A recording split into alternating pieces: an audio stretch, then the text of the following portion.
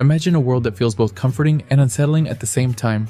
A world where the gentle brushstrokes of hand-drawn animation invite you in, yet shadows linger in corners, and every creaking floorboard carries the weight of something unseen. This is the experience of By Sweet Carole. From the very first moment, the game envelops you in a hauntingly beautiful 2D world, set against the backdrop of early 20th century England. You step into the shoes of Lana Benton, a young girl grappling with the disappearance of her closest friend, Carole. The halls of Bunny Hall Orphanage are quiet, but not empty, and each room whispers hints of stories long forgotten. As you explore, the line between the ordinary and the surreal blurs, pulling you deeper into the mysterious kingdom of Carole. The story itself is deceptively simple. At its core, it's about loss, friendship, and the resilience of a young girl navigating forces much larger than herself.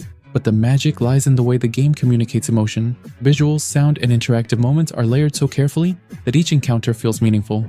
Lana's transformation into a rabbit is more than a gameplay mechanic. It's an expression of vulnerability and cunning, a way to see the world from a new perspective, and a reminder of her smallness in a vast, ominous environment. Companion segments with Basie add a surprising layer of ingenuity, creating puzzles that feel alive, dynamic, and rewarding.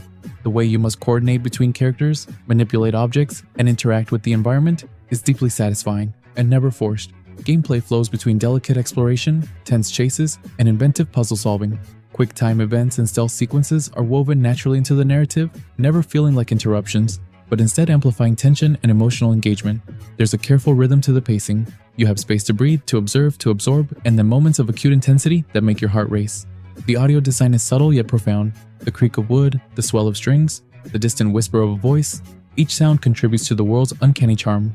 The hand-drawn artistry is equally meticulous. Shadows, light, and color interact to create spaces that feel lived in, that feel fragile, that feel alive.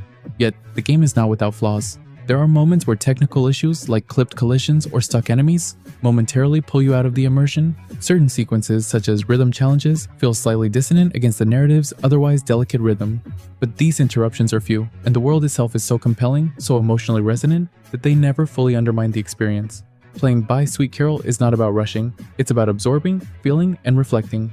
By Sweet Carole is the triumph of artistry and emotion.